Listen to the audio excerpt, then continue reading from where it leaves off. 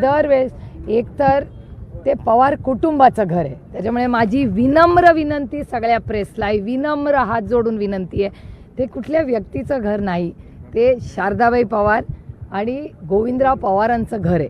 त्याच्यामुळे त्याच्यावर आमच्या फॅमिलीतल्या प्रत्येक व्यक्तीचं ते घर आहे. म्हणजे ना माझं एकट्याचं ना अजित पवारचं एकट्याचं, पवार कुटुंबाचं घर आहे ते. त्याच्यामुळे माझी विनम्र विनंती आहे, कारण का तुम्ही तसं म्हणता तसं माझ्या बाकीच्या भावंडांना पण वाईट वाटतं की अरे हे तर आपलं घर आहे. त्याच्यामुळे हे पवार कुटुंबाचं घर आहे. त्याच्यामुळे माझी विनम्र विनंती आहे की बातमी करताना असं म्हणा की काटेच्या वाडीच्या पवारांच्या घरी सुप्रिया सुळे गेल्या, अशी माझी विनम्र विनंती आहे. पहिला मुद्दा. दुसरा मुद्दा की माझ्या काकी आशा काकी तिथे राहतात आणि अनेक वर्ष हे आमच्या बाई गेल्यानंतर आशा काकींनी दरवेळीच हे पालखीचे गेले. मी नेहमी पालखी ही दिवेघाट आणि दौंडला जेव्हा पालखी येते तिथे करते सगळं पालखीचं, आणि इथे नेहमी नंदावहिनी, सुनेत्रा वहिनी आणि शर्मिला वहिनी इथे करायच्या आधीपासून. त्याच्यामुळे इतके वर्ष माझ्या वहिन्या इथे करायच्या, तेव्हा मला इथे काही संधी यायची नाही, कारण का फॅमिलीतला हा भाग हे सगळं करायचा. आणि ह्या वर्षी पार्लमेंट चालू होतं आणि त्याचबरोबर माननीय आदरणीय प्रधानमंत्र्यांचं भाषण त्याच दिवशी होतं, तेव्हा पालखी दिवे घाटात होती. त्याच्यामुळे मला ते भाषण सोडून येता आलं नाही, कारण का बारामती लोकसभा मतदारसंघातल्या लोकांनी खूप विश्वासाच्या नात्याने मला निवडून दिले. त्याच्यामुळे माझं जबाबदारी होती की माननीय प्रधानमंत्री ही प्रधानमंत्री आहे त्या देशाचे, त्याच्यामुळे ते देशाला काय दिशा देतात, काय बोलतात हे खूप महत्त्वाचं होतं. म्हणून मी पार्लमेंटमध्ये माझं ते चुकलं त्या दिवशी इथे दिंडीत येणं. म्हणून गेले 2-3 दिवस मी बारामती लोकसभा मतदारसंघात जिथे जिथे पालखी आहे, कालही मी होते, परवा पुरंदरला होते, काल बारामतीतही होते आणि आज काटेच्या वाडी, पिंपळी आणि या भागात आहे.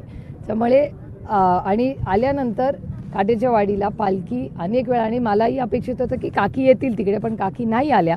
म्हणून शर्मिला वहिनी, युगेन आणि मी या काकींना नमस्कार करायला गेलो. योगायोगाने सुनेत्रा वहिनींच्या आईही तिथे होत्या. त्याच्यामुळे मला आशा काकी आणि सुनेत्रा वहिनींच्या आई या दोघींचाही आशीर्वाद घ्यायची मला संधी मिळाली.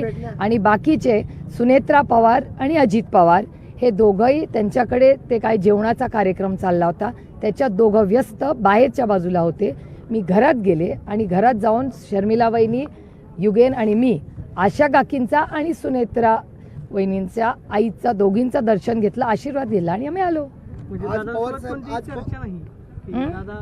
चर्चा करायचा विषय कुठे होते, सगळेच गडबडीत होते. पवार साहेब आज वारीत सहभागी होणार होते अशी चर्चा पण होती, परंतु सहभाग साहेबांचा दिसला नाही. हाच त्यांचा सहभाग आता ना दिंडीमध्ये आले. हां, ते दिंडीमध्ये आले, भेटले वारकऱ्यांना. संविधान दिंडीमध्ये आज ते इतक्या वेळेला आहेत आणि त्यांचं आणि वारकऱ्यांचं खूप वर्षाचं प्रेमाचं, विश्वासाचं नातं आहे.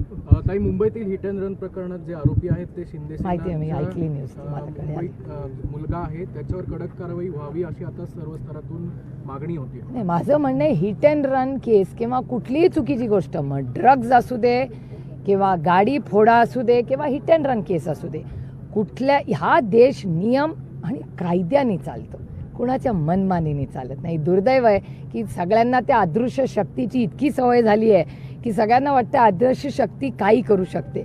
या देशातल्या नागरिकांनी अदृश्य शक्ती रिजेक्ट केली आहे. हा देश संविधानानेच चालेल, नियम कायद्यानेच चालेल. आणि मला असं वाटतं पुण्यामध्ये जी घटना झाली ती मुंबईत होऊ नये. ब्लड सॅम्पल्स बदली करणे, हे सगळे ज्या चुकीच्या गोष्टी पुण्याच्या पोर्सच्या केसमध्ये झाल्या, लोकांना असं वाटू लागले की आपल्याकडे मोठी गाडी, आपल्या वडिलांकडे, आईवडिलांकडे पैसे, म्हणजे या देशातला कायदा तुम्ही हातात घेऊ शकता. हा घेऊ शकणार नाही आणि हे चुकीचं आहे जे होतं आहे तो. त्याच्यामुळे मला माझी तर काय फारशी अपेक्षा नाही, कारण का मंत्रालयाचा जो डेटा सांगतो तो क्राईम वाढतच चालला आहे. माझी माननीय मुख्यमंत्र्यांना विनम्र विनंती आहे की ह्या हिट अँड रन आणि अशा केसेस किंवा कुठल्याही क्राईमच्या बाबतीत सरकारचा 0 टॉलरन्स असावा. ह्याच्यात राजकारण आणू नये आणि जे काय व्हावं ते पारदर्शकपणे ह्या देशाच्या संविधानाच्या चौकटीतच राहावं.